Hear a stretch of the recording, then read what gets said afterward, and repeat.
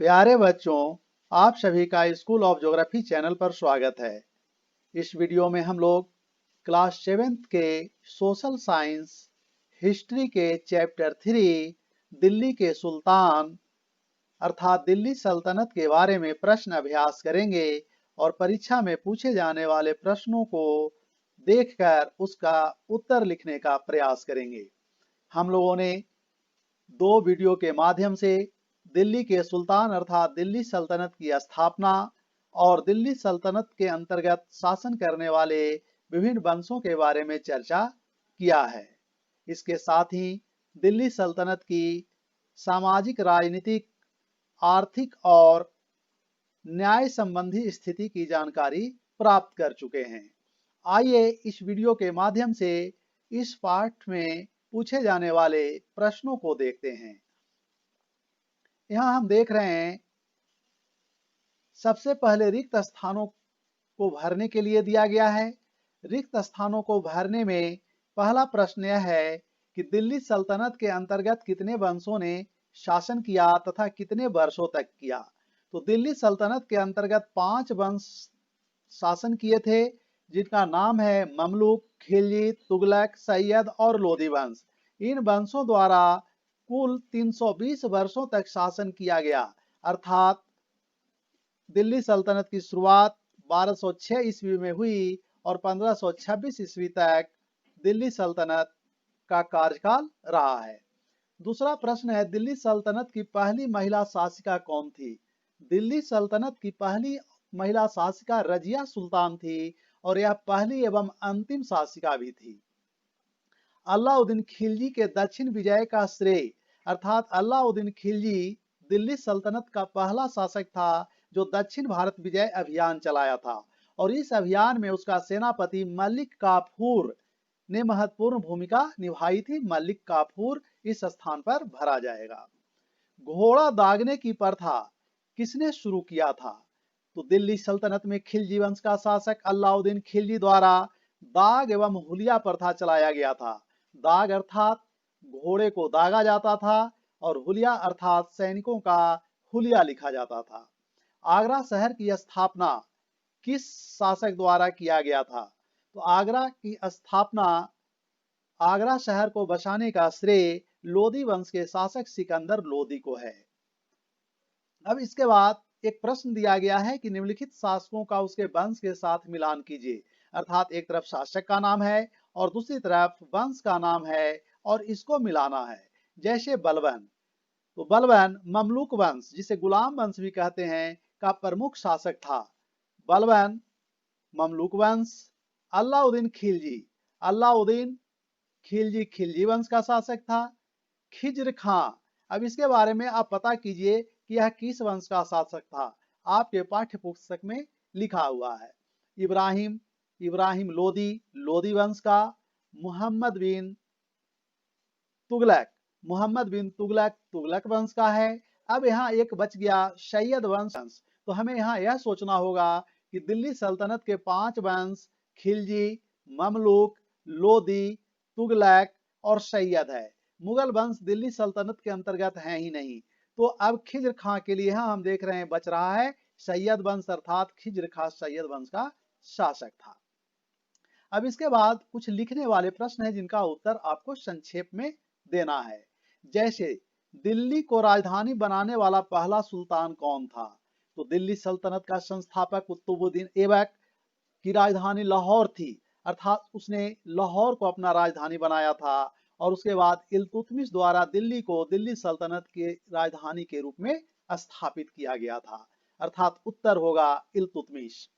तुर्कान ए चहलगानी क्या था, इसका दमन किसने किया।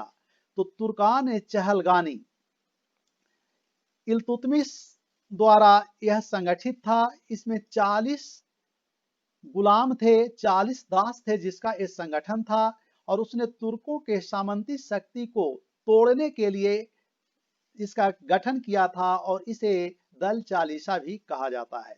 इसके बाद बलबन शासक बना तो उसने तुर्कान चहलगानी को समाप्त कर दिया था, खत्म कर दिया था। रजिया ने शासिका बनने के बाद कौन सा पोशाक धारण किया। तो रजिया महिला थी लेकिन शासिका बनने के बाद वह पुरुषों के परिधान को धारण की और पुरुष परिधान के रूप में उसने कुर्ता और पगड़ी पहनना शुरू की। कुर्ता जिसे कुवा कहा जाता था और कुर्ता अर्थात कबा, और एक प्रकार की पगड़ी जिसे कुलाह कहा जाता था, अर्थात उसने कबा कुर्ता और कुलाह पगड़ी धारण की थी। अगला प्रश्न है, बलबन ने राज दरबार में किस ईरानी प्रथा की शुरुआत की? तो बलबन सिजदा एवं पाबोस, सिजदा अर्थात घुटनों के बल पर झुकना और पाबोस अर्थात शासक राजा सुल्तान का पाव चूमना प्रथा की शुरुआत किया था। सिजदा और पाबोस तथा नौरोज पर्व को शुरू किया था। सल्तनत काल में जमीन को कितने वर्गों में विभाजित किया था? इनका नाम लिखना है। तो सल्तनत काल में जमीन को 3 वर्ग में विभाजित किया गया था, जिसका नाम इक्ता भूमि, खालसा भूमि और वक्फ भूमि था। अब आप सोचिए और इन भूमि के प्रकार के स्वरूप को लिखिए कि इक्ता क्या था, खालसा भूमि क्या था और वक्फ भूमि क्या था। इसके बारे में सोचकर लिखना है। मोहम्मद बिन तुगलक ने राजधानी परिवर्तित क्यों किया? तो मोहम्मद बिन तुगलक दिल्ली से राजधानी को दौलताबाद ले गया था। दौलताबाद दक्षिण भारत में महाराष्ट्र में स्थित है। अब दिल्ली से दौलताबाद क्यों ले गया? तो दक्षिण भारत दिल्ली से काफी दूर था, जिसके कारण दक्षिण भारत में अक्सर विद्रोह होते रहते थे और दक्षिण भारतीय राज्य दिल्ली सल्तनत के अधिकार को मानने से इनकार करते थे। अतः दक्षिण भारतीय राज्यों पर नियंत्रण स्थापित करना उसका मुख्य उद्देश्य था राजधानी परिवर्तन का। तुगलक व लोदी वंश के शासकों को झारखंड के किस राजवंश ने कड़ी टक्कर दी थी? तो तुगलक और लोदी वंश के शासक झारखंड के उत्तरी भाग में हमेशा हस्तक्षेप करते थे। हजारीबाग, चतरा आदि के क्षेत्र में हमेशा हस्तक्षेप करते थे, क्योंकि उस मार्ग से होकर वह बंगाल तक जाते थे। तो झारखंड का प्रमुख राजवंश नागवंशी शासकों द्वारा इन दिल्ली सल्तनत के वंशों का विरोध किया जाता था, टक्कर दी जाती थी। अब है चर्चा करें। चर्चा करें में सबसे पहले है, अलाउद्दीन खिलजी द्वारा बाजार नियंत्रण के लिए किए गए प्रयास का क्या उद्देश्य था? अर्थात अलाउद्दीन खिलजी ने बाजार नियंत्रण नीति जो लागू किया था, उसका मुख्य उद्देश्य क्या था? तो अब आपको सोचना होगा कि बाजार नियंत्रण यानी बाजार में मुनाफाखोरी को रोकना, भ्रष्टाचार को रोकना, जैसे कम तौलने वाले को दंड देता था, और राजस्व जुटाना। एक अन्य मुख्य उद्देश्य राजस्व जुटाना था, जिससे वह अपने सेना को मजबूती प्रदान कर सकता था। तो अलाउद्दीन खिलजी का बाजार नियंत्रण का ये मुख्य उद्देश्य थे। इल्तुतमिश ने अपने शासनकाल में कौन कौन से कार्य किए? तो इल्तुतमिश ने अपने शासनकाल में सबसे महत्वपूर्ण कार्य तो वह अपनी सीमाओं को सबसे पहले सुरक्षित किया। विद्रोह होते रहता था। उसने इक्तेदारी व्यवस्था शुरू की थी, यानी भूमि को छोटे छोटे खंडों में बांटकर इक्तेदार नियुक्त किया था, और दल चालीसा यानी 40 गुलाम सरदारों का दल गठित किया था। सल्तनत काल में न्याय के लिए क्या व्यवस्था थी? तो सल्तनत काल में राजा सर्वशक्तिशाली होता था और न्याय का सर्वोच्च अधिकारी राजा ही होता था। राजा शरीयत के कानून, शरीयत अर्थात इस्लामी कानून के अनुसार शासन करता था, न्याय करता था। राजा की सहायता के लिए दीवाने कजा एक मुख्य न्यायाधीश होता था, जिसका नाम दीवाने कजा था। दीवाने कजा की सहायता के लिए मुख्य काजी की नियुक्ति की जाती थी और काजी का पद वंशानुगत होता था। सल्तनत काल में मोहम्मद बिन तुगलक के समय में मोरक्को का यात्री इब्न बतूता आया था, और इब्न बतूता को मोहम्मद बिन तुगलक द्वारा दिल्ली का मुख्य काजी भी नियुक्त किया गया था। अब इसके बाद है, आपको कुछ करना है, यानी प्रोजेक्ट बनाना है, परियोजना कार्य करना है, जिसमें दिया गया है सल्तनत काल के किसी एक राजवंश के शासकों की पूरी सूची तैयार कीजिए।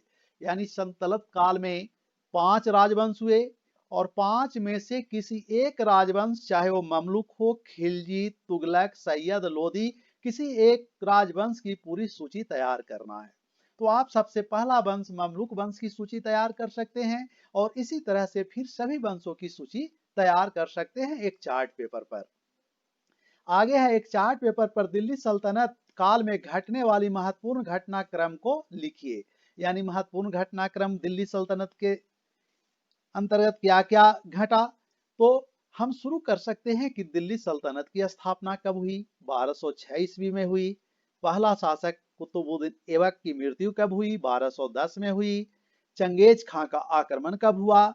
तो इस तरह से जो महत्वपूर्ण घटनाएं घटी, जैसे दिल्ली से दौलताबाद राजधानी कब ले गया मोहम्मद बिन तुगलक, तो एक कर महत्वपूर्ण घटनाओं का एक लिस्ट बनाना है। तो बच्चों, उम्मीद है कि आपको इस प्रश्न अभ्यास से प्रश्नों के उत्तर लिखने में काफी सहयोग मिलेगा और आप आसानी से प्रश्नों का उत्तर लिख सकते हैं। बहुत बहुत धन्यवाद। Thank you.